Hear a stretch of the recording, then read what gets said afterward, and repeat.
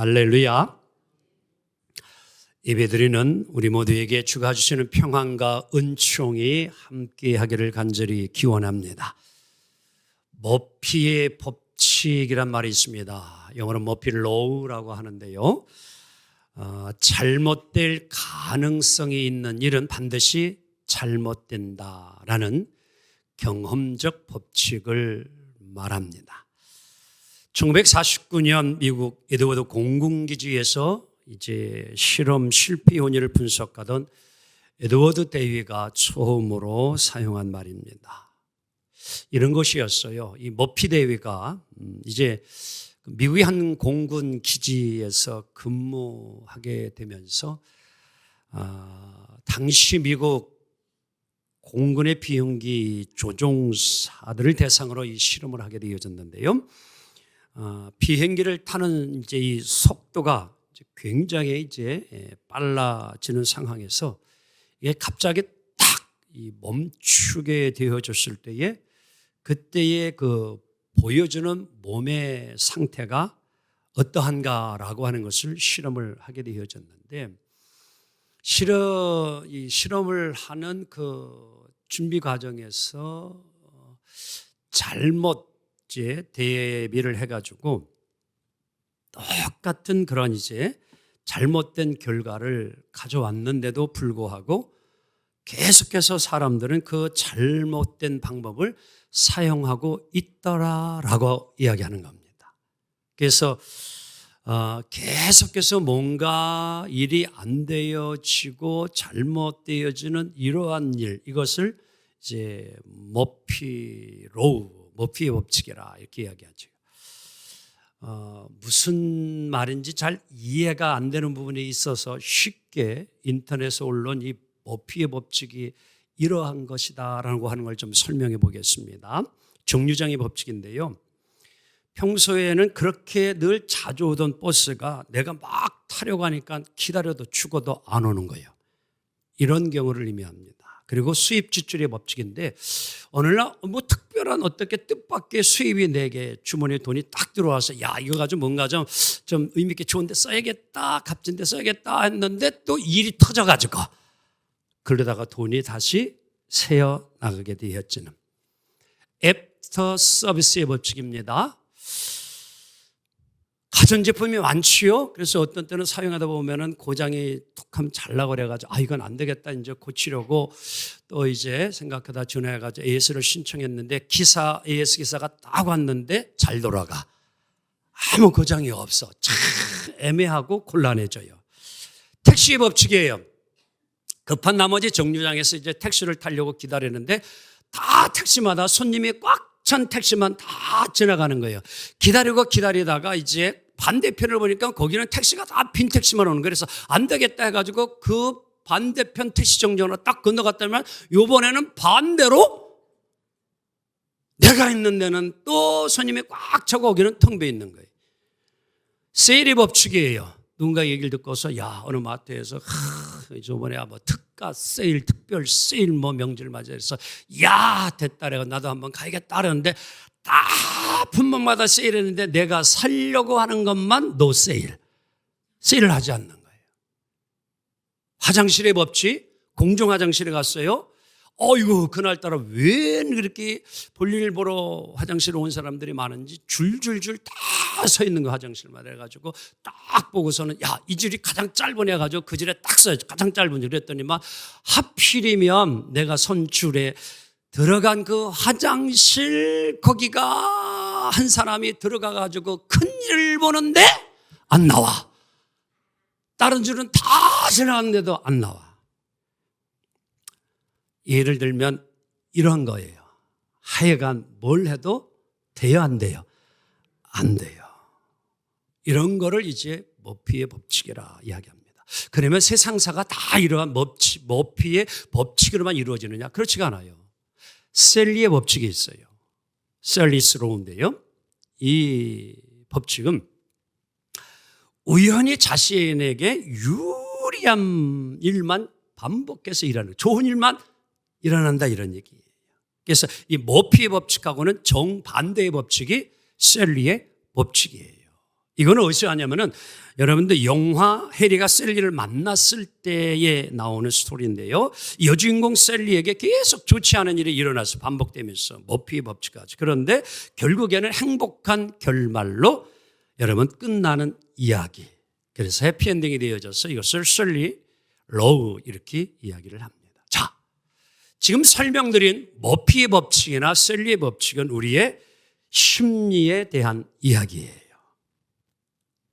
여러분 어떻게 우리가 살다 보게 되어서 늘 안 좋은 일만 일어나나요? 아니면 또한 이와는 반대로 늘 좋은 일만 일어나나요? 그렇지가 않아요. 안 좋은 일도 일어날 수 있고 좋은 일을 일어날 수 있어요. 그런데 우리의 생각이 문제예요. 우리 심리적인 마음의 상태가 아주 중요하다라고 하는 것입니다. 그래서 늘 나는 뭔 일을 해도 꼬이고 안 돼요. 이 마음 심리를 가지면 늘 일이 그렇게 될 수 있다는 거예요. 그런데 한 게 그렇지 않아도 뭐예요? 잘 될 거야, 잘 풀릴 거야 라고 또 생각과 마음을 가지면 일이 그렇게 술술 잘 풀릴 수 있다라는 거지. 자, 이렇다면 오늘 이 시대를 함께 살아가는 그리스도인의 여러분과 저는 여러분 어떠한 시각을 가지고서 이 세상을 바라보며 살아가야 할까요? 자, 오늘 우리는 이제 본문에 나오는 주인공 다윗을 통하여 한번 은혜를 나눠보고자 합니다.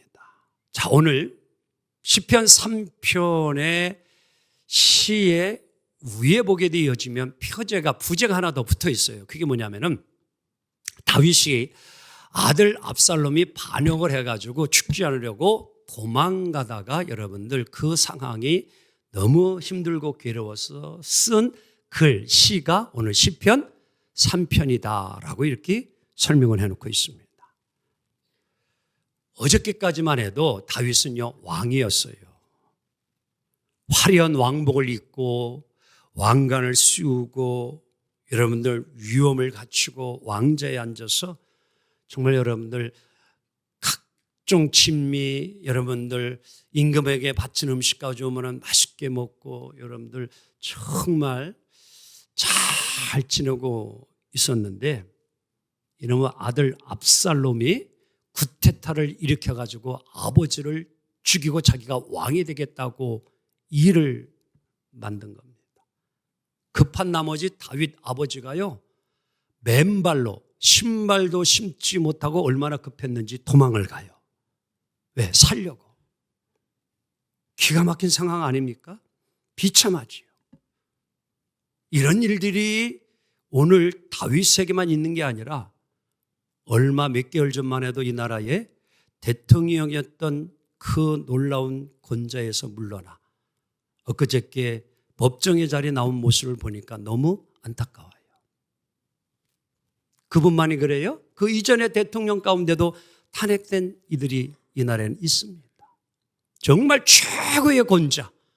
감히 올라가기 어려운 그곳. 그런데 어느 날 갑자기 뭐예요?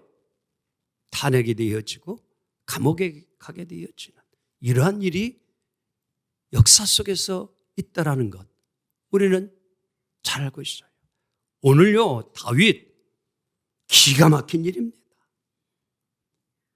부끄럽고 창피하고 어찌할 수 없는 정말로 그 마음을 가지고 살기 위해서 지금 다른 무리들하고 이렇게 도망을 가는데 하필이면 바울임이라고 하는 곳에 지역에 딱 이르렀는데 거기에 노인 시므이라고 한 사람이 그 도망가는 다윗 왕을 보고서 이렇게 저주의 말을 퍼부어요. 한번 읽어볼까요? 뭐라고 하나? 시작. 피를 흘린 자여 사악한 자여 가거라 가거라. 여러분 이 말은요 어떻게 다시 좀 해석을 해볼 수 있냐고 하면요 다윗 네가 사울 선왕을 죽여서 피 흘렸잖아. 너 지금 당하는 꼴 참 꼴 좋다. 아무짝에도 쓸모없는 놈. 시골 양치기 촌놈이 무슨 왕이 돼가지고 이스라엘 다스리겠다고 껍질거리더니만 저 모양 저 꼴 아이고야. 그래 이제 도망가지. 이제 빨리 가서 다시는 왕궁으로 돌아오지 말아라, 가거라, 가거라 이러는 거예요. 여러분, 이 소리를 듣는 다윗 마음이 억장이 무너지지 않을까요? 너무 기가 막히지 않을까요? 그래서 오늘 그 심정을 다윗이 시편 3편 1절 2절 이렇게 그 마음을 고백했어요. 토로했어요. 시작. 여호와여, 나의 대적이 어찌 그리 많은지요. 일어나 나를 치는 자가 많으니이다. 많은 사람이 나를 대적하여 말하기를 그는 하나님께 구원을 받지 못한다 하나이다. 참으로 비통한 고백이에요. 아들 이름이 압살롬이요, 압살롬이요. 참 기가 막힌 일이잖아요. 다른 사람이 구태타 하는 것도 아니고 아들이 이 일을 벌이고 있으니 여러분들 너무 기가 막히잖아요. 아버지 다윗 왕의 입장에서 보할 때는요. 더더군다나 늙은 노파가 입을 다물 수 없는 저주를 하고 주변에 있는 사람 모두가 다 저주하고 욕하고 깎아내리는 이러한 상황, 주변을 어딜 둘러봐도 정말 한탄할 수밖에 없고 기가 막힐 수밖에 없는 상황이 오늘 다윗이 처한 모습이에요. 그래서 오늘 이 다윗의 마음을 설교의 제목으로 표현하면 이렇게 좀 표현할 수 있어요. 오늘 여러분 설교의 제목이 약간 아리까리하지요? 왜 하필 내게 이런 일이? 왜 하필 내게도 이런 일이? 이게 뭔 얘기인지 계속 들으시면 답이 나옵니다. 자, 다 같이 하나님 시작. 하나님, 왜 하필 내게 이런 일이 일어나야 합니까? 왜 수많은 사람들 가운데 하필 내가 이런 꼴을 뭐예요? 당해야 합니까? 이런 얘기예요. 그럴 만도 한 게 다윗은요, 어린 목동 시절에 어느 날 갑자기 사무엘 선지자가 집에 오더니만 갑자기 뭐예요? 이제 네가 다음 이스라엘의 왕이다 하면서 기름 부어가지고 왕을 세운 거예요. 다윗이 내가 왕이 되고 싶어서 왕이 된 게 또 아니었어요. 그냥 하나님께서 사무엘 선지자가 오더니만 느닷없이 기름을 부어가지고 내가 이제 다음 왕이 되는 거야. 그런데 여러분들 그 이후로 길이 탄탄대로 그냥 확 열려지면 얼마나 좋아요. 그런데 그렇지가 않아요. 사울왕이요, 인기가 떨어지고 다윗의 인기가 올라가니까 막 다윗을 막 죽이려고 합니다. 도망가면 쫓아가서도 죽이려고 합니다. 도망다니는 게 10년 이상 도망다녀요. 오죽하면 블레셋까지 망명을 해버립니다. 왜? 죽지 않고 살기 위해서 기가 막힌 세월을 보내요, 다윗이요. 근데 그런 힘들고 어려운 세월을 다 지나고 이제 하나님의 은혜로 왕이 되어져서 헤브론에서 7년을 다스리고 이제 예루살렘 성읍 도시 수도로 와서 33년을 왕으로 다스리면서 이제 태평성대를 누리고 지경을 넓히고 하나님의 축복과 은혜 가운데에 확장을 하고 탄탄대로의 길을 걷고 야! 한번 다 같이 야! 살만하다. 어머나. 그런데 하필이면 이놈의 압살롬이 쿠데타를 일으키고 나온 거예요. 기가 막히잖아요. 왜 하필 나에게 이런 일이 일어났느냐는 거예요.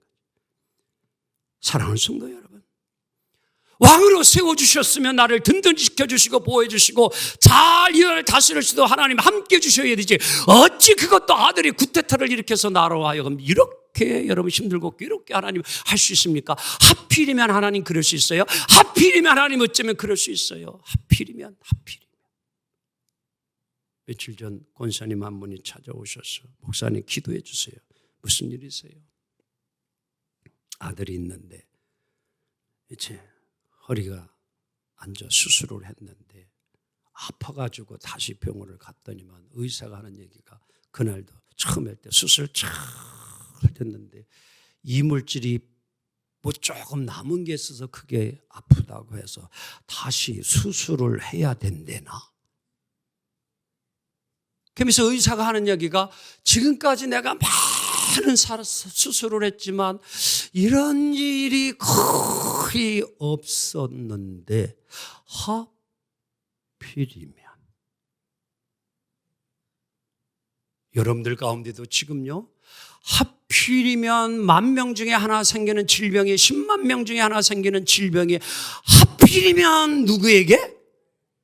이런 일이 있을 수 있어요. 하필이면 내 남편에게 올 수 있고, 하필이면 내 아들에게 올 수 있어요.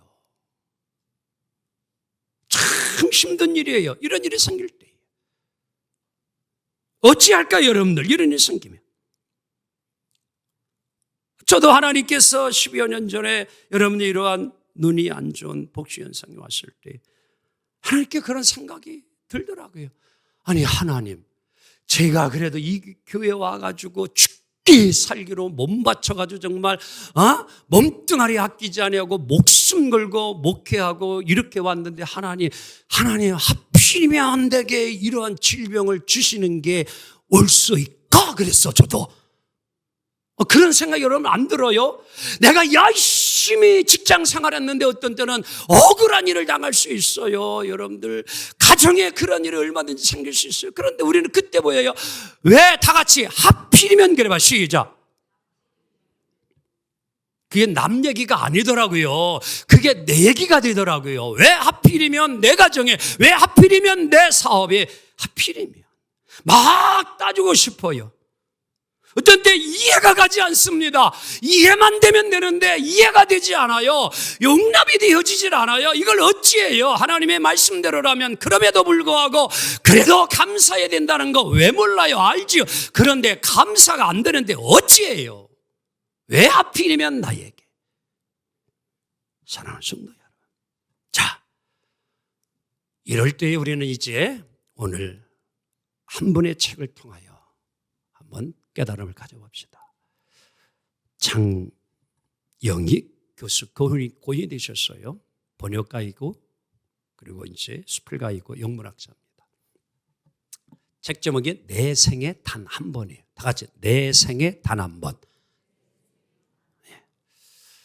이 교수가 조카하고 길을 걸어가는데 그 팬더 곰 인형이 너무 이뻐가지고 그거를 조카에게 선물로 사줬어요. 팬더곰 인형을. 그랬더니만 이 조카가 막 너무 신나가지고 쭉 가가지고 이제 이모에게 질문했어요. 그런데 이마, 이걸 왜 하필이면 나에게 선물로 주는 거야? 그랬어요. 다른 조카들도 있는데 왜 하필이면 나에게 이 좋은 특별한 선물을 주는 거야? 이렇게 했어. 여러분들 이 질문이 맞아요? 틀려요? 아니 뭐 틀리면 어떻고 맞으면 어떠요? 틀리다, 안 틀리다 대답할 수 있잖아요. 한국 사람들은요, 이 틀리다는 말을 듣는 걸 되게 싫어요. 저부터. 아니면 실패도 할 수 있고 틀릴 수도 있는 거. 좀 옆 사람 보면서 틀려도 괜찮습니다. 그래봐. 근데 한국 사람들은 이상하게 틀리다는 걸 싫어해. 아무 상관없어요. 인생은요, 틀린 게 많아. 걱정할 이유가 없어요. 근데 여러분 보세요. 하필이면라는 이 단어는 어느 곳에 쓰는 거냐면 머피의 법칙하지 일이 될 때 안 될 때, 안 될 때 갖다 붙이는 단어가 하필이면 단어예요, 실은. 근데 오늘 이 교수의 조카는 좋은 일을, 특별한 일을 다른 조카들에게는 안 줬는데 이모가 오늘 나에게만 특별히 이렇게 특별 스페셜 기프트 선물을 줘가지고 너무 좋아가지고 옆 사람 보면서 하필이면 그래봐. 그렇지. 많은 사람 가운데 왜 하필이면 나에게 이렇게 축복해 주냐 이런 얘기예요. 나에게 이렇게 좋은 일을 해주냐 이런 얘기예요. 근데 이거는 뭔가 잘못된 거예요. 단어를 잘못 쓴 거예요. 좋은 일이 있을 때 그 단어를 쓰면 안 되걸랑요. 안 될 때 하필이면 쓰는 건데. 그래서 여기서 이 교수가 깨달은 거예요. 이 하필이라는 단어를 항상 안 될 때, 꼬일 때, 힘들 때만 쓰지 말고 이런 때 이렇게 쓰니까 괜찮네. 한번 옆 사람에서 괜찮네. 어색하지만 여기서 깨달으면 그 이야기를 쓴 게 이게 내 인생 단 한 번이라는 책에 나 주 하고 싶은 이야기의 교수님이에요. 사랑하는 우리 믿음의 그리스도인들이요.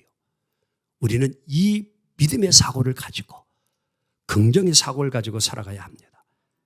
자, 하필이면 이 말을 쓰는 건 긍정에서는 아무 의미가 없어요. 근데 이걸 부정적인 의미보다 긍정의 의미에 다시 한번 이걸 써보면요. 이게 놀랍게 달라져요. 자, 한번 볼까요? 긍정적이고 좋은 일에도 하필이라는 말을 쓰면 인생이 달라져 버려요. 자, 한번 적용해 봅시다. 시작. 왜 하필 하나님은 내게 그 크신 사랑을 베풀어 주신 거야. 여러분 그래요? 하필 나에게 하나님 사랑 베풀어 주셨어요? 자, 두 번째, 왜 하필 수많은 사랑 가운데서 나를 이렇게 축복의 사람이 되게 하셨지? 또 왜 하필 나에게 이렇게 좋은 가족과 친구를 만나게 하셨지? 왜 하필 나에게 이렇게 좋은 일을 주셨죠? 이걸 한번 적용해 본 거예요. 여러분 어떻게 생각을 합니까? 이 단어를 적용해 보니까 나에게 축복이 되어지고 내가 정말 하나님의 축복받는 행복한 인생이 되는 거예요. 자, 하필이면 이 단어를 긍정의 상황에다 붙이는 게 어색한 건 분명하지만 어색하더라도 자꾸 그것을 사용하고 여러분 반복하다 보니까 정말로 이제 늙고 안 되는 머피의 법칙이 아니라 뭐예요? 좋은 일로 이루어지는 셀리의 법칙으로 내 삶이 변화가 되어지고 바뀌어지고 역사가 일어나더라. 아멘. 자, 오늘 다윗 1, 2절 기가 막힌 상황이에요. 왜 하필이면 나에게 이렇게 대적이 많아지고 하필이면 아들놈이 나에게 구태타를 일으키고 반역을 일으켜가지고 내가 오늘 이렇게 되어졌느냐. 너무나도 절망적일 수만 이때에 다윗이 이제 뭐예요? 생각이 달라져요. 사고가 달라져요. 그 왜 하필이라는 그 생각을 이렇게 그가 이제 3절부터 8절까지 바꿔버렸습니다. 자, 그랬더니만 이 고백이 되어져요. 시작. 하나님, 왜 하필 나에게 방패가 되어 주십니까? 하나님, 왜 하필 나의 머리를 들어주시는 분이, 그래서 다시 여러분 다윗이 이스라엘 예루살렘으로 황궁하고 돌아오게 될 줄 믿습니다. 다시 돌아와요. 하나님 머리를 숙였던 다윗이 부끄러워 창피해서 근데 하나님 머리를 들게 하고 다시 돌아오게 해주십니다. 아멘. 믿음의 사고를 통해 하나님이 일을 이루어 주신 거예요. 하나님 왜 하필 내 기도를 다른 사람 기도는 다 들어주는데 내 기도만 안 들어주는 게 아니라 아이고 하나님은 하필이면 누구 기도?